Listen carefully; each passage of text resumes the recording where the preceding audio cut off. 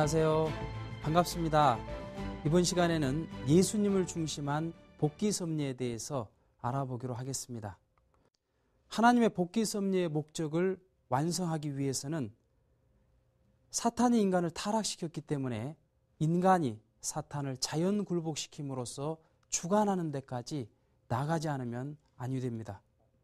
그런데 하나님께도 굴복하지 않았던 사탄이 이 땅에 오시는 메시아에게 굴복할 리가 없는 것입니다.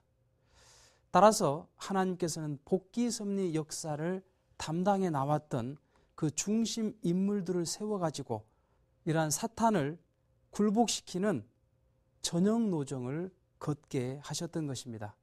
곧 야곱을 중심 삼고 가정적인 차원에서의 그 메시아를 위한 기대를 이루어가는 과정 속에서 이 사탄을 굴복시키는 그 상징적인 노정을 걷게 하셨던 것입니다. 또 그것을 본보기 노정으로 해서 모세 때에는 민족적인 차원에서의 사탄을 굴복시키는 형상적인 노정을 걷게 하셨고, 예수님 때에는 세계적인 차원에서 사탄을 굴복시키는 실체적인 노정을 걸으셔야만 되었던 것입니다. 따라서 요한복음 5장 19절을 보게 되면 아들은 아버지께서 하시는 것을 보지 못하고서는 아무것도 할 수 없나니 아버지께서 행하시는 그것을 아들도 그대로 행한다고 기록하고 있는 것입니다.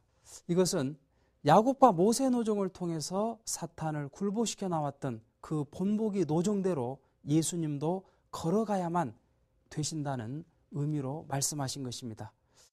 그리고 또한 이 모든 성도들과 인류가 이러한 사탄을 굴복시키는 그 본보기 노정이 바로 야곱과 모세와 예수님의 노정이 되었던 것입니다. 그렇기 때문에 야곱과 모세와 예수님의 노정은 많은 부분이 흡사하다는 것을 알 수 있습니다. 몇 가지 예를 들어본다면 아담과 해와가 천사장으로부터의 그 시련을 이기지 못하고 타락되었기 때문에 그것을 탕감복귀하기 위해서는 생명을 건 영적인 시련에서 승리해야만 되었던 것입니다. 따라서 야곱은 천사와의 그 씨름에서 승리함으로써 이스라엘이라는 이름을 받게 되었던 것입니다. 그리고 모세는 하나님이 죽이려 하셨던 그 시련을 극복해야만 되었던 것입니다. 만일 하나님으로부터 그 시련을 받지 않고 사탄이 직접 시험함으로써 인간이 거기에서 지게 되면 사탄은 그러한 존재를 끌고 가게 되는 것입니다. 따라서 하나님께서 인간을 시험하시는 것은 어디까지나 인간을 사랑하시기 때문인 것입니다. 그리고 예수님도 광야 40일 노정에서 사탄과 싸워서 승리해야만 되었던 것입니다. 두 번째로는 아담과 해와가 타락함으로써 육과 영에 사탄이 침범함으로써 타락성이 생겼던 것입니다. 따라서 이것을 탕감복귀하기 위해서 야곱 때에는 육을 상징하는 떡과 그리고 영을 상징하는 그 팥죽을 중심하고 이 장자의 기업을 복귀함으로써 타락성을 벗기 위한 아벨적인 입장을 확립할 수가 있었던 것입니다. 그리고 모세 때에도 하나님께서 매일같이 이 육과 영을 상징하는 만나와 메추리를 내려주심으로써 이스라엘 민족은 하나님 앞에 감사를 드리고 또 선민의식을 갖게 함으로써 모세와 더욱 하나됨으로써 타락성을 벗기 위한 그러한 탕감 조건을 세워나갈 수 있도록 인도해 주셨던 것입니다. 그리고 예수님 때에도 그 예수님의 살과 피를 먹고 마시지 않으면 생명이 없다고 말씀하셨던 것입니다. 곧 이 타락한 인간은 예수님과 영육 그 양면으로 완전히 일치를 이룸으로써 이 타락성을 벗게 될 때 본래의 그 생명을 얻을 수 있다는 말씀이신 것입니다. 그리고 아담과 해와가 3단계의 성장 기간을 완성하지 못하고 타락했기 때문에 그 탕감 복귀를 위해서는 그 삼수를 복귀하는 그런 노정을 걸어가야만 되었던 것입니다. 따라서 야곱 때에는 하란에서 가나안 땅으로 복귀하기 위해서 3일 사탄 분립의 노정이 있었던 것입니다.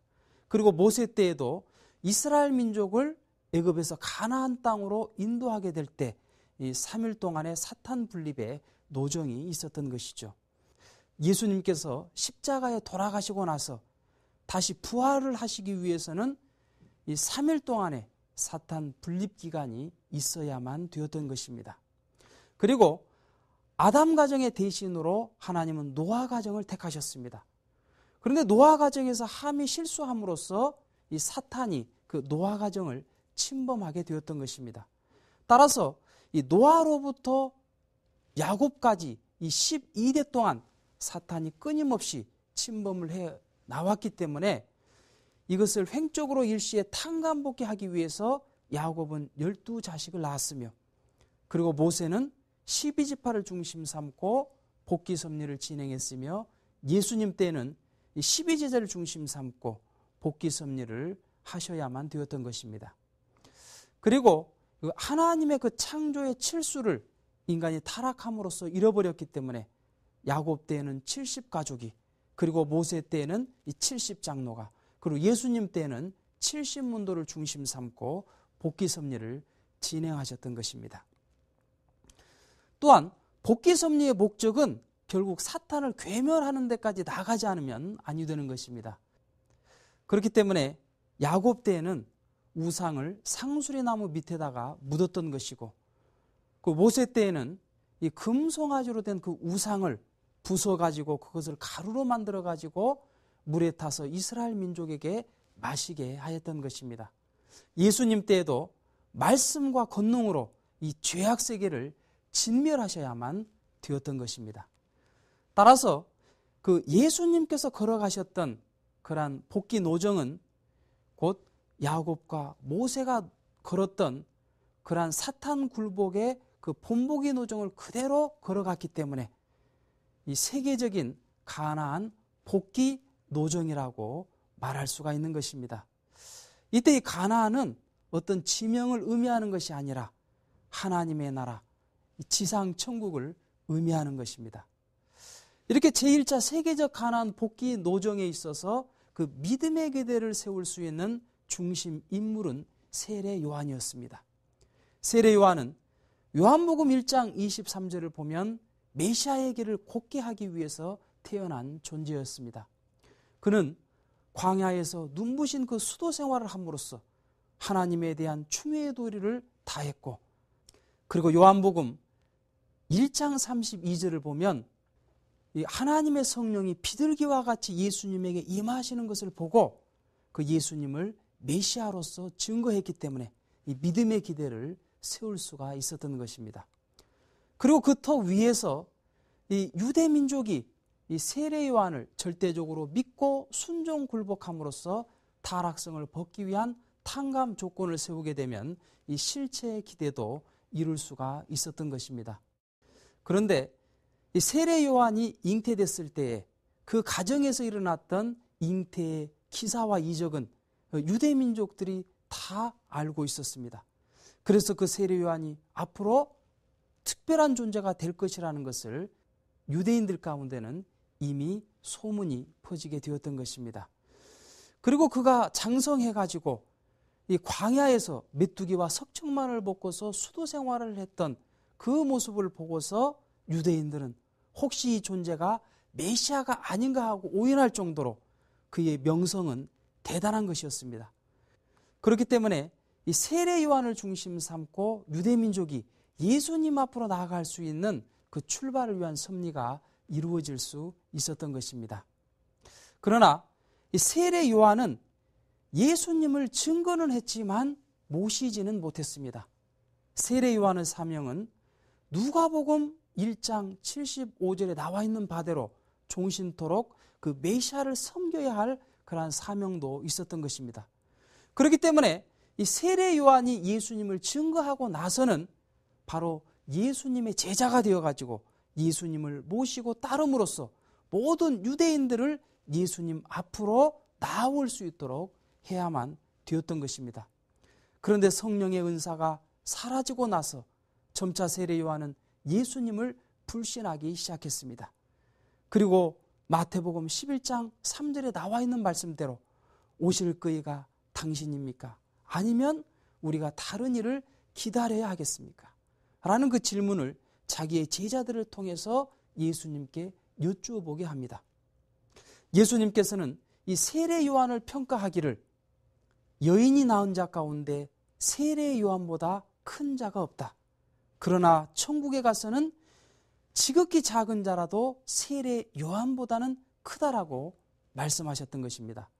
그리고 여기에 덧붙여가지고 세례 요한으로부터 지금까지 천국은 침노를 당하나니 침노하는 자는 빼앗느니라라고 말씀하셨던 것입니다.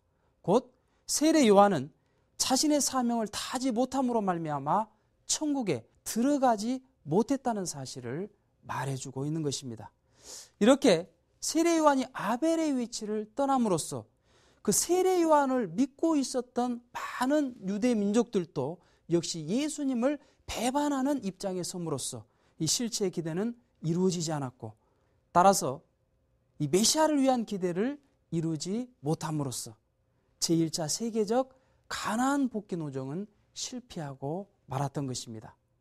이렇게 세례 요한은 영적인 은혜가 사라진 뒤 인간적인 입장에서 예수님을 대했기 때문에 결국 종신토록 주를 섬기라고 하신 하늘로부터 내려진 그의 사명을 다하지 못했던 것입니다. 따라서 신앙길은 영적인 체험도 중요하지만 온유 겸손한 입장에서 항상 선과 악을 분별하면서 그 신앙길을 걸어가는 것이 더 중요하다는 사실을 알 수 있는 것입니다. 그러면 다음 시간에는 세례 요한으로부터 불신을 받은 예수님이 어떻게 사탄으로부터 그 시련을 승리해 가시는지를 이어서 알아보기로 하겠습니다. 감사합니다.